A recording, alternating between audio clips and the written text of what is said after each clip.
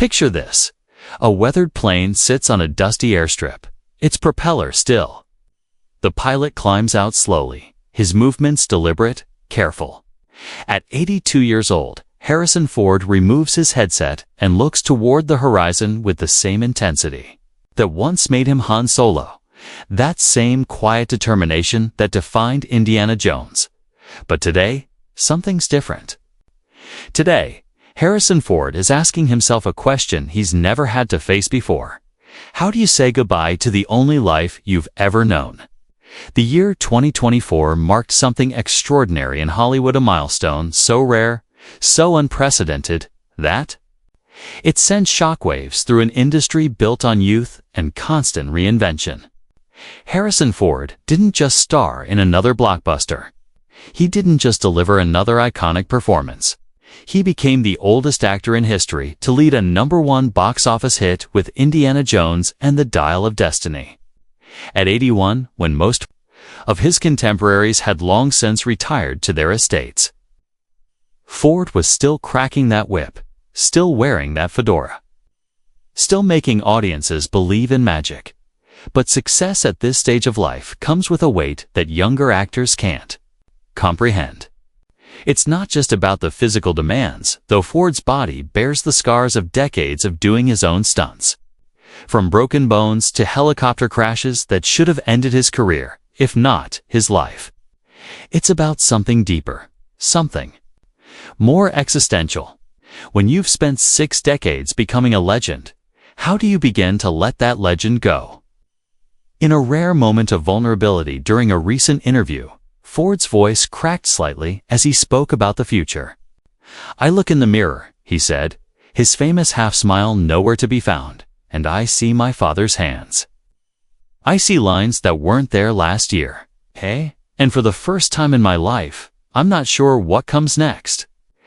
The admission hung in the air, like smoke from one of his beloved vintage planes, visible, haunting, impossible to ignore. This wasn't supposed to be Harrison Ford's story. Born in Chicago in 1942, the son of a radio actor and an advertising executive, Ford was never meant to be a movie star. He was meant to be a carpenter, which is exactly what he was doing when fate knocked on his door in the form of George Lucas. It was 1973. And Ford was building cabinets at Lucas's home when the young director asked him to read lines with actors auditioning for a little space opera called Our Star Wars.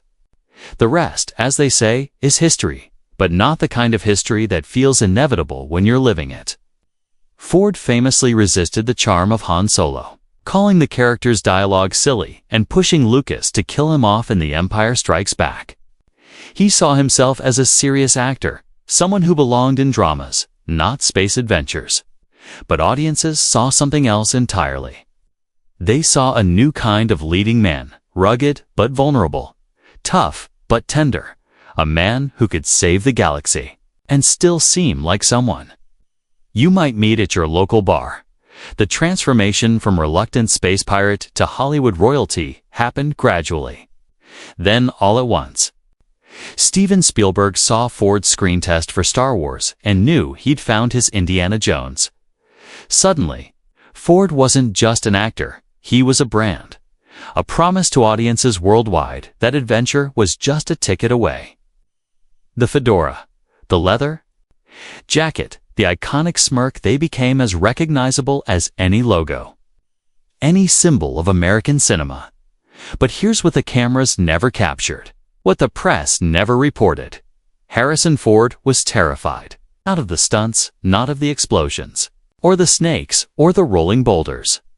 He was terrified of being typecast, of being trapped forever in adventure films when his heart yearned for the complexity of characters, like John Book in Witness or Richard Kimball in The Fugitive.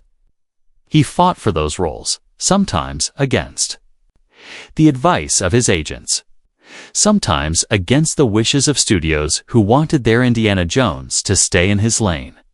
The 1990s and 2000s brought a different kind of challenge.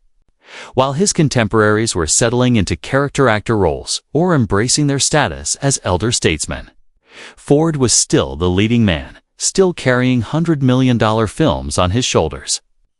Air Force One, The Fugitive, Clear, and Present Danger, each one a reminder that Harrison Ford wasn't just surviving Hollywood's youth obsession, he was defying it. But defying time comes at a cost, and Ford paid it in ways both public and private.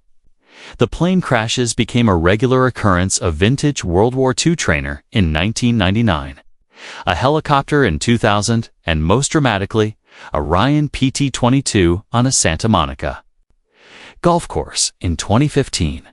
Each time, Ford walked away, often making jokes to the paramedics about his condition. "What hospital?" he famously asked after the golf course crash.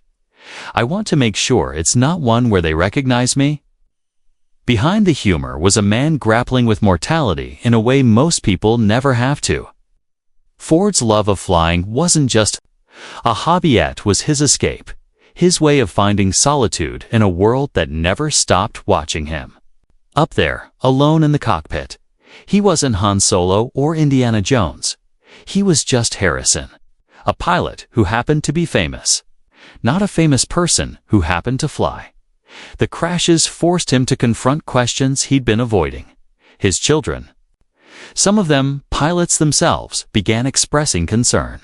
His wife, Callista Flockhart, started having conversations about what their future looked like together. The studio executives who had once seen Ford as indestructible began whispering about insurance policies and safety protocols. The invincible action hero was becoming, in Hollywood's cruel mathematics, a liability. This is where Ford's story takes on a poignancy that few actors of his generation have had to navigate. Most stars fade gradually, their roles get smaller, their billing drops lower, their relevance diminishes with each passing year. But Ford never faded. He remained vital, relevant, essential to franchises worth billions of dollars. When Disney acquired Lucasfilm, their first call wasn't to explore new characters or stories, it was to convince Harrison Ford to put on the vest one more time. The decision to return as Han Solo in The Force Awakens wasn't made lightly. Ford had been asking to kill off the character for decades, feeling that Solo's story had reached its natural conclusion. But at 73, he saw something different in the role, a chance to show Han Solo as a father, as a man dealing with loss and regret, as someone whose best days might be behind him. The parallel to Ford's own life was impossible to ignore. When Han Solo finally met his end at the hands of his own son, Ford's performance carried the weight of 40 years of character development and personal reflection. The moment Ben Solo's lightsaber pierced his father's heart wasn't just the death of a beloved character. It was Ford saying goodbye to the role that had defined him, the character that had both blessed and burdened his career. But Hollywood, as Ford learned, doesn't let legends retire easily. The success of The Force Awakens led to calls for more appearances, more franchises, more opportunities to relive past glories. And then came the call that changed everything. One more Indiana Jones film, a chance to pass the torch properly, to give the character the send-off that Ford had never been able to give Han Solo. Indiana Jones and the Dial of Destiny wasn't just another sequel, it was Ford's love letter to a character who had become inseparable from his own identity. But making the film was a reminder of everything that time had taken from him. The stunts were harder, the days were longer, and the young woman cast as his goddaughter served as a living reminder of just how much the world had changed since Raiders of the Lost Ark. During filming, Ford suffered another injurious shoulder problem that required surgery and delayed production. As he sat in his trailer, icing his shoulder and watching younger actors perform stunts he'd once done without thinking, the reality of his situation became undeniable. The body that had carried him through 5 decades of action films was finally sending him a message he couldn't ignore. The film's success created a paradox that only Harrison Ford could understand. At 82, he had proven that age was just a number, That audiences still craved the magic he brought to the screen. But he had also proven to himself that this couldn't last forever. The standing ovations at premieres, the emotional interviews with longtime fans, the retrospectives of his career, they all felt like goodbyes. Even when nobody was saying the word in quiet moments between interviews and appearances, Ford began having conversations he'd never allowed himself to have before. With Callista, he talked about traveling together without the pressure of film schedules. With his children, he discussed his fears about being remembered only for characters he'd played rather than the man he actually was. With his therapist, relationship he'd kept private for years, he explored what identity meant when your profession had been your entire adult life. The industry that had sustained him for 6 decades suddenly felt foreign. Streaming services were changing how movies were made and consumed. Social media had created a new kind of celebrity culture that Ford had never navigated. The young actors he worked with spoke a language of brand management and content creation that was completely alien to someone who had built his career on craft and instinct. But perhaps the most difficult realization was that his uncertainty wasn't unique to him. It was part of a larger reckoning happening across Hollywood. Actors who had defined the last half-century of cinema were all facing the same question. How do you let go of the work that has given your life meaning? How do you transition from being essential to being emeritus? Ford's answer, characteristically, has been to approach uncertainty with the same methodical precision he brings to flying. He's been selective about projects, turning down roles that feel like retreads and looking for stories that challenge him in new ways. He's been honest with journalists about his fears and doubts, breaking down the wall of invincibility that had protected him for decades. Most importantly, he's been present in ways he couldn't be during the height of his career. With Callista, he's discovered the joy of being a husband first and a movie star second. With his children, he's learned to be Harrison Ford the father, not Harrison Ford the icon. In his workshop, he's returned to carpentry, finding solace in creating something with his hands that has nothing to do with box office receipts or critical reviews. The planes still call to him, but now he approaches flying with the wisdom that comes from having cheated death too many times to count. Each takeoff is no longer about escaping his earthbound fame. It's about embracing the freedom that comes from accepting life's inherent fragility as Ford looks toward an uncertain future.